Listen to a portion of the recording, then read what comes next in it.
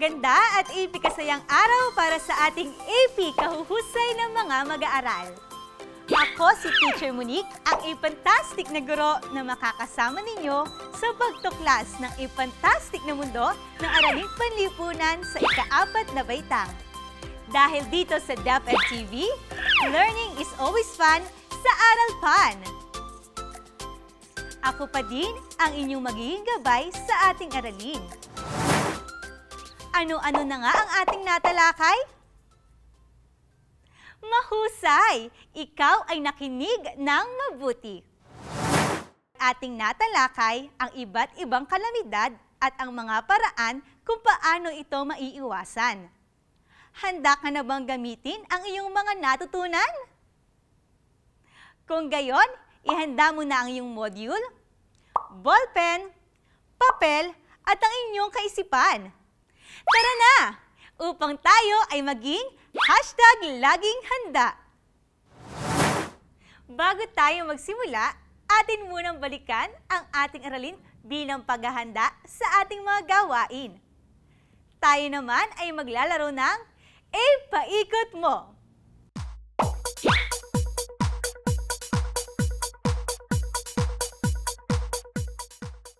Sa larong ito, may mga katanungan ang buong ruleta. Ipapaikot natin ito upang malaman ang mga tanong na iyo dapat sagutin. 5 segundo ang aking ibibigay na oras para masagutan mo ito. Sa bawat tamang sagot, bibigyan kita ng fantastic sticker. Handa ka na ba? Paikot mo na!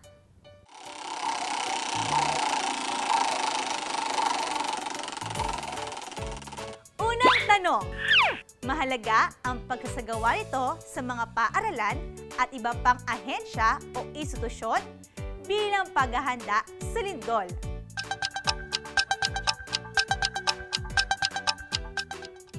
Earthquake drill din ba ang iyong sagot? Kung gayon, bibigyan kita ng isang sticker dahil tama ang iyong sagot.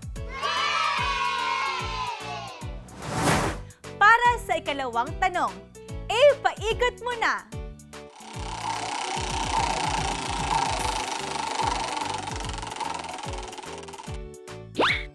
Ang mga lugar na madalas daanan ng bagyo at may posibilidad sa storm surge ay karaniwang mga lugar sa Patlang.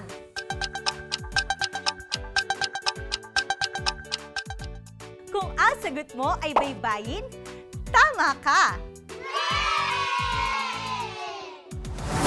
Ikatlong tanong, paikot mo na!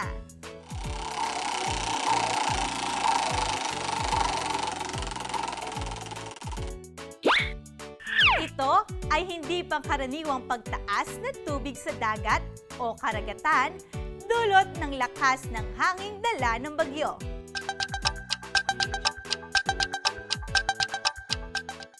Ang tamang sagot ay storm surge. Ika-4 na tanong.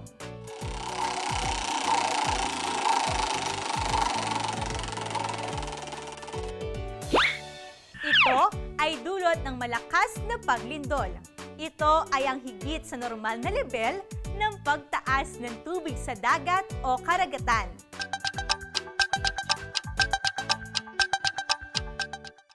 Tsunami ang tamang sagot. Huling tanong, paikot mo na!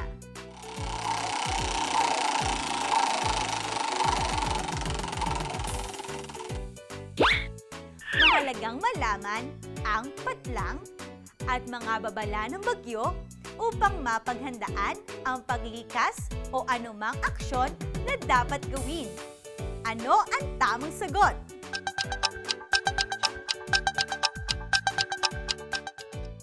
Magaling! Kung tsunami alert level ang naisagot mo.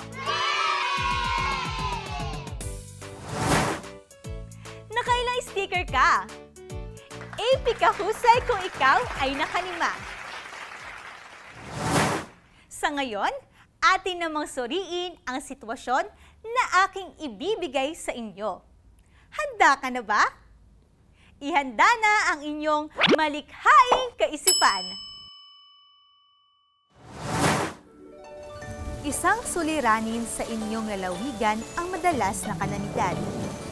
Ikaw ay alkalde ng inyong bayan at bilang pinuno, gagawa ka ng mga hakbang o proyekto upang maiwasan ang hindi magandang epekto nito at matiyak ang kaligtasan ng iyong mga kababayan. Sa paggawa nito, isaalang-alang ang mga kakayahan ng iyong bayan na matustusan ang proyektong ito. Pumili ng isang kalamidad na gagawan mo ng hakbang o proyekto.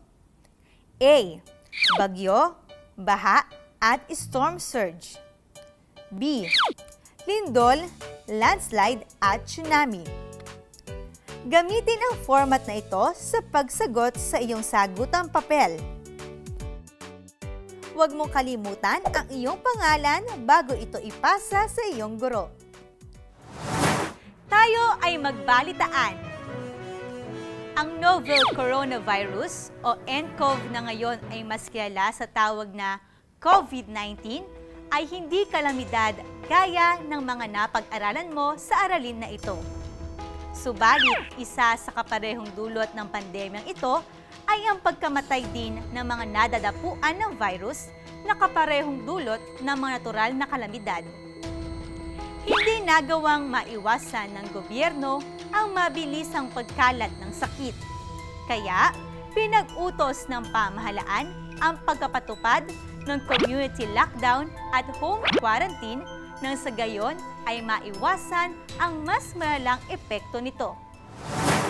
Tandaan mo na ang face mask, face shield, alcohol, at sanitizer ang ilan sa iyong mga sandata sa panahong ito. May mga tinatawag din tayong health protocol na dapat sundin. Ilan dito ay ang mga sumusunod. Una, iwasan ang pagdalo sa mga salo-salo gaya ng pistahan. Pangalawa, pagsunod sa 3 hanggang 6 na talampakan na physical at social distancing. Huwag niyo itong kakalimutan grade 4 dahil ang simpleng pagsunod sa mga ito ay makakatulong sa atin upang makaiwas at mapababa ang kaso ng COVID-19 sa ating bansa.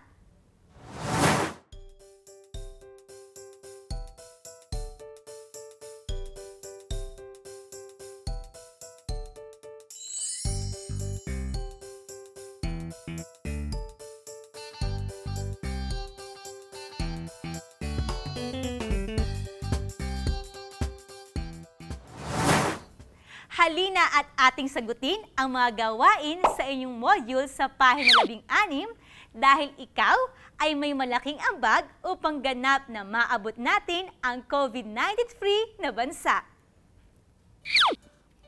Kung ikaw ay maglalakbay sa pamamagitan ng transportasyong pandagat, ano-ano ang dapat mong tandaan para maging handa at makaiwas ka sa sakit na COVID-19? Piliin ang sagot at isulat sa sagutang papel. A. Magsuot ng face mask. B. Makipagkamay sa mga kakilala sa barko. C. Tumabi sa kaibigang matagal mong hindi nakita. D. Gumamit ng alcohol o sanitizer palagi. E. Sumunod sa social distancing. F. Magmano sa ninang na makakasalubong mo.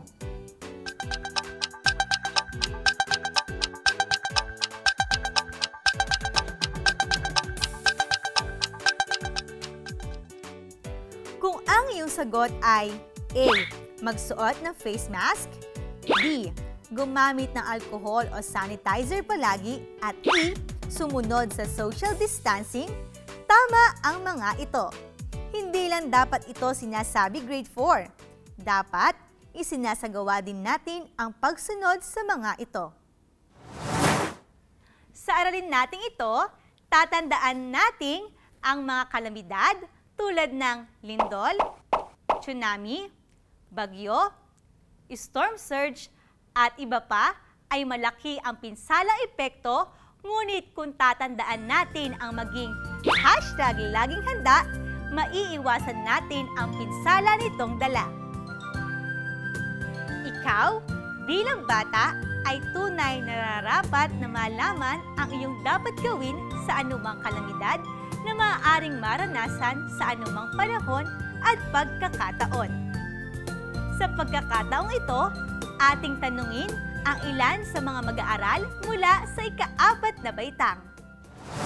Ano ang iyong dapat ihanda kung may paparating na bagyo? Kapag may paparating na bagyo, kailangang mag-imbak ng mga pagkain at ihanda ang emergency kit. Tama! Dapat laging ihanda at i-check ang laman ng emergency kit upang ang kinakailangang mga importanteng gagamitan sa panahon ng bagyo ay madaling kuhanin. Ano ang iyong gagawin kung may bagyo sa inyong lugar? Kung may bagyo sa aming lugar ay mananatili ako sa loob ng bahay at makikinig at manonood ng balita tungkol sa bagyo. Mahusay! Ang pakikinig at panonood ng balita ay isa sa pinaka-importanting gawain upang malaman ang patungkol sa bagyo at maging alerto sa anumang pagbabago ng kilos nito. Ano ang 3 gawain na dapat mong tandaan upang maging ligtas kung makararanas ng paglindol? Kung nasa loob ng gusali o bahay, lumayo sa bintana at pintuan. Gawin ang duck cover and hold. At kung nasa labas naman, pumunta tayo sa isang lugar na walang gusali at walang mga punong kahoy habang naka-duck cover and hold. AP kagaling! Ang duck, cover and hold ay tunay na dapat tandaan sa panahon ng paglindol. Ito ay isa sa pinakamabilis na pamamaraan upang iyong maingatan ang iyong sarili. Tunay na ang ilalim ng matitibay na mesa o upuan ay ligtas na lugar habang may paglindol. Tunay na kailangan din na lumayo sa mga poste at puno kung ikaw ay nasa labas ng iyong tahanan dahil ang mga ito ay may posibilidad na bumagsak dulot ng paglindol. Ang pagpunta sa open area o lugar na malayo sa mga gusali, poste at puno ang pinakaligtas na lugar.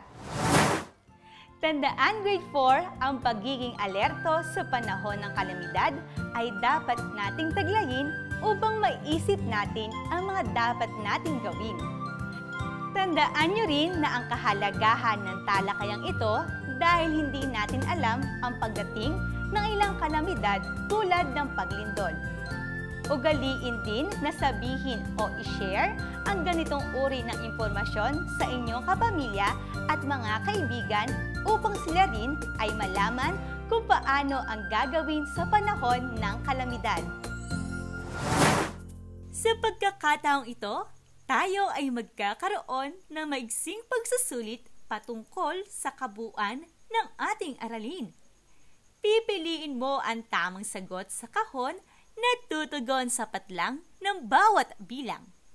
Bibigyan lamang kita ng 5 segundo upang sumagot. Isulat ang inyong sagot sa sagutang papel.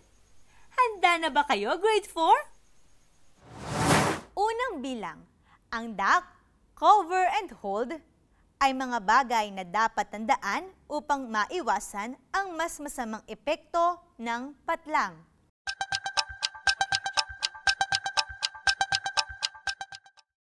Ang tamang sagot ay E, lindol. Pangalawang bilang.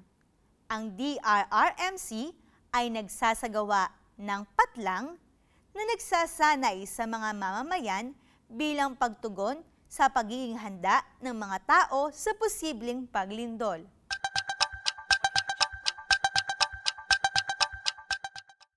Ang tamang sagot ay D, earthquake drill. Pangatlong bilang. Ang lindol ay hindi natutukoy kung kailan darating. Ito ay kusang nararanasan na lang sa isang lugar. Ang patlang ay dulot ng malakas na paglindol. Ito ay ang higit sa normal na level ng pagtaas ng tubig sa dagat o karagatan.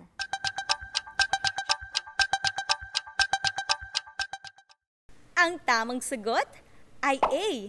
Tsunami. Pang-apat na bilang. Lubhang mapanganib ang bagyo dahil hindi lang malakas na hangin ang dala nito. Ang patlang ay hindi pangkaraniwang pagtaas ng tubig sa dagat o karagatan dulot ng lakas ng hanging dala ng bagyo.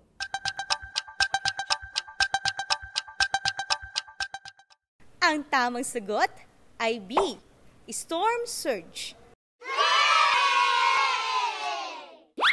Maraming mapa ang maaari mong maging sanggunian. Ang patlang ay mapang nagpapakita ng mga lugar na panganib sa mga kalamidad.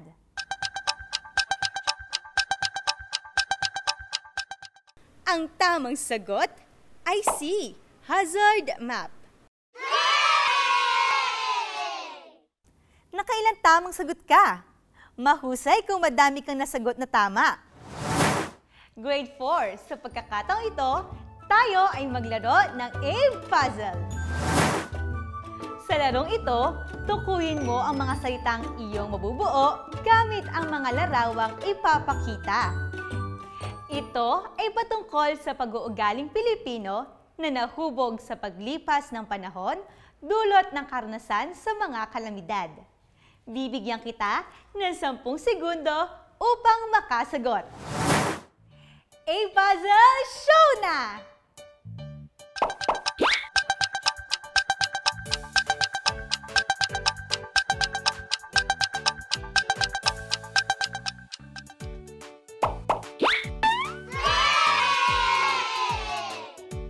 Mahusay! Ang sagot ay matatag. Ang mga Pilipino ay kilala sa pagiging matatag. Ito ay makikita lalo na sa panahon ng kalamidad. Tayo ay may matibay na puso at pag-iisip kung kaya mabilis tayong nakakaahon sa anumang pagsubok na dumarating sa ating buhay. Pangalawa,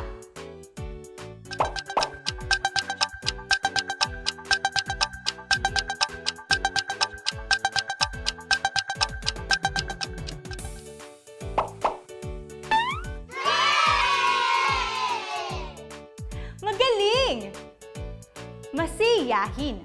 Ang mga Pilipino ay likas na masiyahin kaya't kahit naapektuhan ng kalamidad o pandemya, hindi mo maikakaila na sila ay nakakangiti pa rin.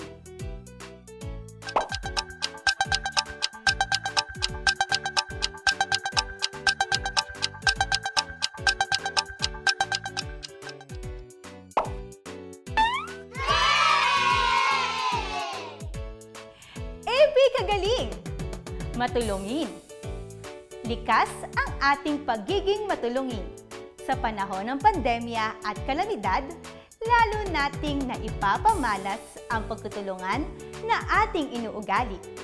Kahit bawat isa sa atin ay kumakaharap at apektado man ng mga ganitong pagsubok, ang pagtutulungan pa rin ay hindi natin maitatanggi. Bilang takdang gawain, sagutan ang letrang B sa pahina 17 at ang karagdagang gawain sa pahina 18 ng inyong module. Huwag mong kakalimutan ang ating natalakay sa araw na ito. Tandaan, Grade 4, na ang pagiging #laging handa ay dapat nating taglay. Isa-isip mo din na kahit may makaharap tayo ng mga kalamidad, ang ugaling Pilipino na matatag, masiyahin, at matulungin ay huwag nating iwawaglit. Dahil sa mga kalamidad na ating nararanasan, mas napapatibay pa ang ating isipan upang maihanda ang ating sarili kung may mas mabigat na pagsubok na makakaharap. Grade 4, ang batang tulad mo ay dapat na sinisimulan ang pagtaglay ng pag-uugaling aking nabanggit.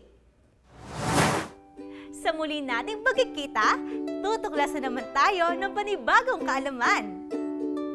Huwag din kalimutan na i-follow ang ating official DepEd TV YouTube channel at Facebook page upang iyong mapanood ang mga aralin anumang oras online. Hit like, share, and subscribe. Hanggang sa muli mga grade 4, ako si Teacher Monique na laging magsasabing sa alaming panlipunan, fantastic na mundo ang iyong matututuhan. Dahil dito sa DepEd TV, learning is always fun sa Aral Pan! Paalam!